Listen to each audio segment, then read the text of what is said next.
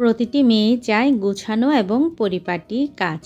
আমি কিভাবে পরিপাটি করে কাজ করি তা আপনাদের সাথে শেয়ার করলাম। হ্যালো এভরিওয়ান, কেমন আছেন সবাই? আমি রুম্পা। আমার আরও একটি নতুন ভিডিওতে আপনাদের সবাইকে স্বাগত জানাই। তো আমার আপুরা আমার ভিডিও দেখে সবাই কমেন্টস করে আমার কাজ নাকি অনেক পরিপাটি গুছানো। তো আমার গুছানো কাজের কিছু কিছু অংশ নিয়ে আমি আজকেও আপনাদের সামনে হাজির হয়েছি। তো আমার আজকের ভিডিওটি সকাল থেকে শুরু করেছি। তো আজ সকালে উঠে আমি প্রথমে তো চিয়া সিড খেয়ে নিয়েছি। তারপর 30 মিনিট পর আমি সকালে নাস্তাটা রেডি করছি। তো আজ সকালে আমার বর এবং আমার ছেলে রেডিমেড খাবার দিয়ে নাস্তা করেছে। তো কেক, কলা, ডিম সিদ্ধ এগুলোই খাওয়া হয়েছে। তো আমার জন্য একটু ওটস রান্না করে নিয়েছি। তো ওরা তেমন একটা খেতে চায় না ওটস, তারপরও মাঝে মধ্যে ওদেরকেও আমি দিই সকালে নাস্তা হিসেবে ওটসটা। তো আমি ওটসটা খাওয়ার পর আমার সংসারের যে ধোয়া মোছা বা ঘর ঝাড়ু দেওয়া, ঘর গুছানো ওই কাজগুলোই প্রথমে করে নিই। তো সকালবেলা আজকে গ্লাসগুলো আমার ক্লিন করা হয়নি, না হয় সকালে উঠেই আগে ক্লিন করে নিই। তো আজকে নাস্তা খাওয়ার পরই ক্লিন করে নিয়েছি। প্রতিদিন সকালে নাস্তা খাওয়ার পর আমার এই গুছানোর কাজগুলো আমি করে নিই। এই যে কিউট কিউট জিনিসগুলো দেখতে পাচ্ছেন না, এটা আমার ছেলে আমাকে অর্ডার করে দিয়েছে দারাজ থেকে। তো বলল, মা তোমার টবে কাজ করতে লাগবে আর কাজ করতে পারবে এগুলো দিয়ে। তো জিনিসগুলো কিন্তু একটু ছোট, কিন্তু ছোট হলেও আমার কাছে বেশ ভালো লেগেছে। অনেক কিউট ছোট ছোট জিনিসগুলো। তো টবে কাজ করার ক্ষেত্রে আমার সুবিধাই হবে। আপনাদের কেমন লেগেছে?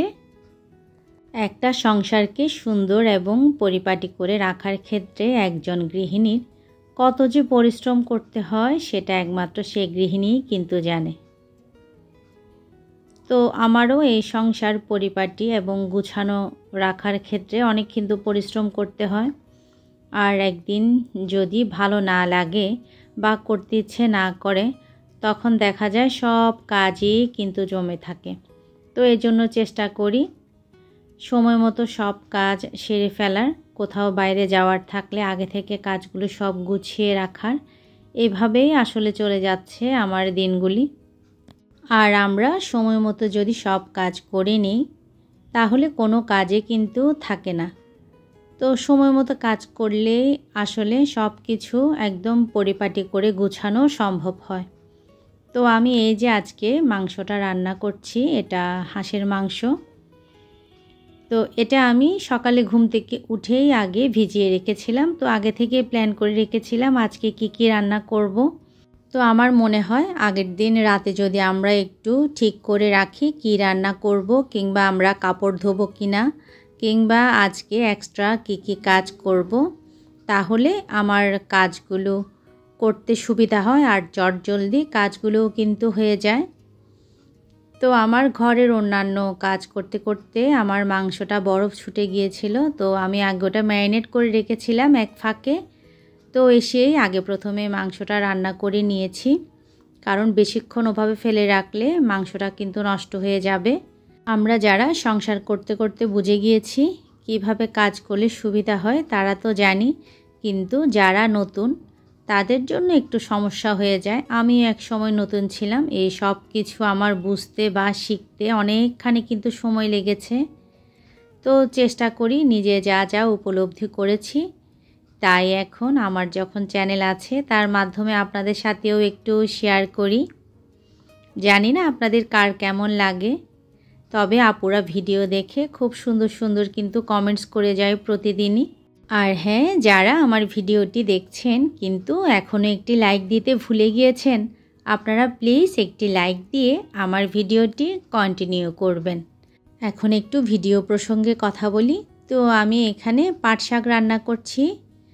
আমার অঞ্চলে পাট শাক এভাবে রান্না করে খায়, তবে পাট শাক ভাজি করেও খায়, কিন্তু রান্নাটা আমার পরিবারের সবাই অনেক পছন্দ করে। তো আমি এখানে বিভিন্ন রকম ডাল, বাঁশকুড়ুল আর ছোট চিংড়ি দিয়ে পাট শাকটা রান্না করে নিচ্ছি। এ পর্যায়ে 2-3 মিনিট রান্না করার পর আমি আবার এটা বাগার দিব। তো এইদিকে আমার মাংসটাও রান্না হয়ে গিয়েছে।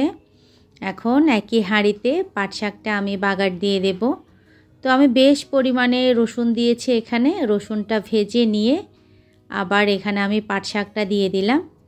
এই পর্যায়ে চটজলদি একটু ঢাকনা দিলে রসুনের ফ্লেভারটা কিন্তু খুব সুন্দর শাকের সাথে মিশে যায়। তো এই হচ্ছে আমার শাকের ফাইনাল লুক। আর কি যে পছন্দ করে সবাই তা তো আপনাদের বলে বোঝাতে পারবো না। আর এখানে আমার বরের জন্য একটু লোটে মাছ রান্না করব। আসলে পরিপাটি এবং গুছানো সংসারের আসল রহস্য হচ্ছে আপনার মনের জোর। আপনি মন থেকে ভালোবেসে যদি সংসারে সব কাজ করে থাকেন তাহলে সব সময়ই আপনার সংসারটা কিন্তু পরিপাটি থাকবে। আর আপনি কাজ না করে যদি সারাদিন শুয়ে বসে থাকেন তাহলে কোনোভাবেই আপনার সংসার কিন্তু পরিপাটি থাকবে না। তো আমার সারাদিন শুয়ে বসে থাকতে একদম ভালো লাগে না, তাই চেষ্টা করি নিজেকে সংসারের কাজের মধ্যে ব্যস্ত রাখার। তো আপনাদের সাথে গল্প করতে করতে আমার মাছটা প্রায় রান্না হয়ে গিয়েছে।